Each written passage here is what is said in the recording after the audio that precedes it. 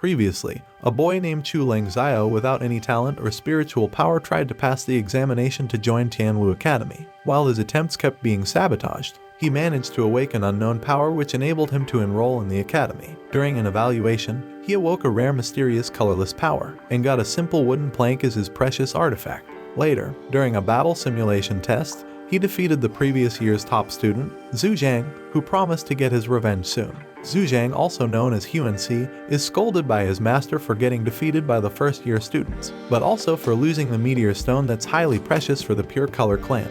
Huan realizes that Chu Ling Xiao must have taken the stone during their fight.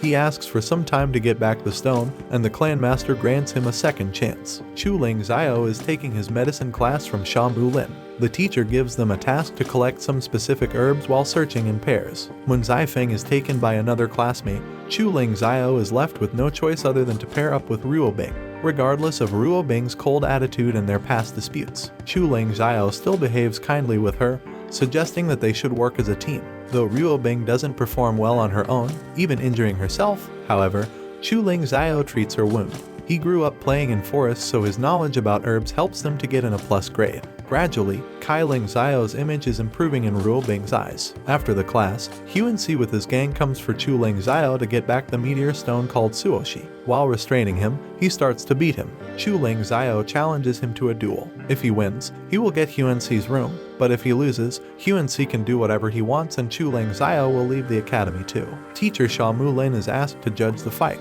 The battle begins. Chu Ling Xiao is just running here and there as he doesn't know how to activate his powers. The purple dragon Ozai appears and makes him realize that his power only appears when Chu Ling Xiao is in danger. He has to stop dodging the attacks and face the trouble. The strategy works and he's filled with a tremendous amount of energy and skills. With the Dragon King's power, Chu Ling Xiao becomes unstoppable. He can dodge almost everything, even shield himself from Huan's strongest attack. Huan realizes that clothes are the source of power for Chu Ling Xiao. He snatches them off but gets an electric shock. No one else can control Z. As Huan falls unconscious, Chu Ling Xiao is declared the winner and gets his reward. Huan's residence is a huge dorm, so Chu Ling Xiao invites his classmates to live with him. But Xiao Yi and Yang Tian prefer their previous rooms. Zai Feng is sharing a room with Bai Lang while Ruo Bing insists on living with Chu Ling Xiao. However, she splits the room in two with her vines. Meanwhile, Huan is being whipped up by his clan boss Bei Chuan as he is defeated once again. Surprisingly, Yang Tian has come to meet the clan boss. The Pure Color clan members have a strong background, therefore the academy can't do much about them. However, the vice director orders Duyan to investigate the stealing of Suoshi and also keep an eye on Chu Ling Xiao. That night, Chu Ling Xiao finds out the stone he got from Huan without knowing it's the powerful Suoshi. Accidentally, he smashes his wooden plank, which reveals another Suoshi hidden inside the wood. The two stones merge to form a different one. Chu Ling Xiao is wondering over this happening when he sees Ruo Bing sneaking out and he follows her. However, Bai Lang is also following her. While being chased, she falls from a 3 because of spiritual energy exhaustion, but she manages to send spiritual butterfly to Zuya. Ruo Bing manages to get up and walk, but she doesn't have enough stamina to handle the cloak. She takes it off to gather energy but gets interrupted by Chu Ling Xiao and falls unconscious. As it's dangerous to leave her there, Chu Ling Xiao takes her with him back to the dorm. After putting Ruo Bing in bed, Chu Ling Xiao notices a shiny gem on her forehead. On touching the gem, he sees himself and a small girl surrounded by fire. Suddenly, Ruo Bing wakes up and they're in an awkward position. She introduces him to the Nutcracker and restrains him with vines. She also warns him not to tell anyone what he saw by making him eat a spell. In response, Chu Ling Xiao says he understands her as he is also an orphan adopted by a woman who never told him how his parents died. Ruo Bing doesn't reply and goes away, but she drops her necklace behind. Bai Lang is secretly working with the director in finding the Mo Wu traders inside the academy, but the director instructs him to wait for the right time. Chu Ling Xiao tries to ask Xiao Yi about Ruo Bing, showing her the necklace. However, he coughs blood after telling her the surname because of the spell Ruo Bing casted on him last night. Ruo Bing belongs to the Hua family, a noble bloodline that disappeared after the Tianwu War. Chu Ling Xiao was rushing to the class when Yang Tian misguided him to a different place where the Pure Color clan ambushes him, that being the reason Yang Tian went to meet the clan. He is jealous of Chu Ling Xiao as Xiao Yi is attracted to him. Chu Ling Xiao tries to defend himself. Suddenly his holy power knocks everyone away. He falls to exhaustion. Suddenly a masked man appears, telling he will die soon because his body cannot handle two holy powers. Yang Tian acts innocent and tells other classmates that he accidentally gave Chu Ling Xiao the wrong map. Zai Feng rushes to inform the teacher while Ruo Bing goes to search by herself. Meanwhile, the masked man in the forest also knows about the two suoshi Chu Ling Xiao has. The masked man tells Chu Ling Xiao that the stone he has is a key to find Bai Ling Long, one of the three holy weapons that was used by Feng Tian King to build the shield around Tianwu Academy. This weapon can also break the seal in Chu Ling Xiao and restore his original power. However, not everyone can find it as it's hidden in another world. The masked man disappears after giving Chu Ling Xiao a pill to help him fight the Pure Color clan members following him. Bai Lang discovers that the masked man is following Chu Ling Xiao and rushes to inform the director. With the help of Ruo Bing, Zai Feng finds Chu Ling Xiao. On their way back they run into Bei Chuan, who imprisons Ruo Bing in a rock cage and explodes Zai Feng away. He then tortures Chu Ling Xiao to get the suoshi, but Ruo Bing saves him with her vines. However, the other two Mo Wu members Bai Gui and Fu Mei appear to snatch the key from Chu Ling Xiao. Bei Chuan is about to kill Chu Ling Xiao and his friends, but the two Mo Wu members stop him. They let Chu Ling Xiao escape as they can't let the Dragon King's soul get affected. They are just using Bei Chuan as another stair towards their goal of reviving their king. The school makes an announcement about the disobedience of the Pure Color clan. They are dismissed from the academy and put in prison for a month. The key is given to the director, but later the masked man delivers it to Chu Ling Xiao. The next day, Duyan advises the students to prepare themselves for the upcoming exams to become junior Huan Hushi. They should think over how they will demonstrate themselves in front of the whole faculty. However, Chu Ling Xiao is still struggling to control his power. Duyan suggests Chu Ling Xiao take a rest and don't force himself. He can still try out for the exam next year. However, he is still feeling disappointed over his weakness. Ozai tells him to get stronger, otherwise he will die if he continues to use his power. Chu Ling Xiao doesn't want to fail in the exams. He decides to borrow Bai Ling Long for a while to break his seal. He gets up in the middle of the night to go where the masked man invited him. The masked man uses the key to locate Bai Ling Long.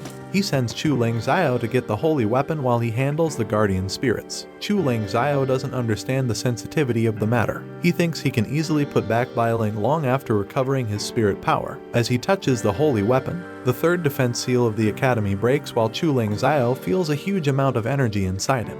However, he can't find Bai Ling Long to put it back. As it's already morning, he rushes to the exam hall and decides to handle the other matters later. The exam has started and students are fighting against their sorted opponent. Chu Ling Xiao reaches in time for his fight and faces the big sword guy. Chu Ling Xiao manages to catch the big sword with his elbow and Kamehameha the hell out of his opponent, shocking everyone around him. Meanwhile, Zuya is gathering his army to fight against the Tianwu Academy. As Chu Ling Xiao collapses, suddenly Mo Wu army breaks into the examination hall. Some of the students get attacked, but the remaining ones are instructed to leave the place through the south door, while the teachers rush to protect them. Zuya heads towards the unconscious Chu Ling Xiao. Finally, after many years, the director appears and reveals his identity as Feng Tian King. He tells Zuya that it was their plan to attract him using Chu Ling Xiao. However, now there's no escape for Zuya. Hearing this, Zuya transforms himself into a deadly beast to attack Feng Tian King, who also proceeds to revert into his young powerful self. Using his spirit power, Feng Tian King was about to kill Zuya. However, he stops him by bringing the last member of Hua bloodline, Ruo Bing. Fortunately, Ruo Bing realizes the evil and betrays Zuya by restraining him with her vines. After successfully defeating Zuya, Feng Tian King says to Ruo Bing that he will tell her everything she wants to know. Suddenly, Feng Tian King gets attacked by the vice director Wen Hu. Wen Hu is the stepdaughter of the Dragon King Kulu Wang. She spent many years at the Tianwu Academy investigating a way to revive her father. She also reveals that the masked man Chu Ling Xiao met was her puppet. While being unconscious, Chu Ling Xiao finally finds out that the person who is providing him with powers is Kulu Wang. Chu Ling Xiao tries to run away, but his body is restrained and controlled by the Dragon King. While Kulu Wang is controlling Chu Ling Xiao's body,